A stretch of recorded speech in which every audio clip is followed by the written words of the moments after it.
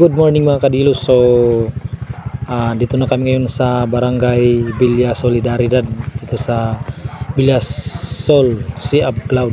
At dito yan sa Baybay City.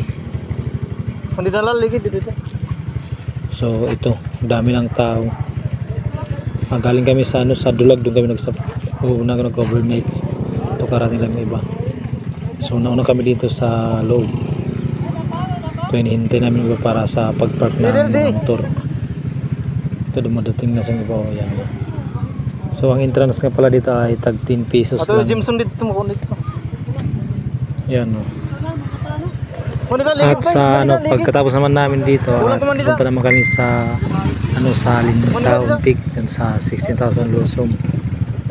Marami pa kasi yung hindi kami nagtatagal bawat pinupunta namin kasi may punta kami yung ibang lugar. Kaya pagkatapos naman dito, diretso na kami sa Lintao. So ride ship Team Charp.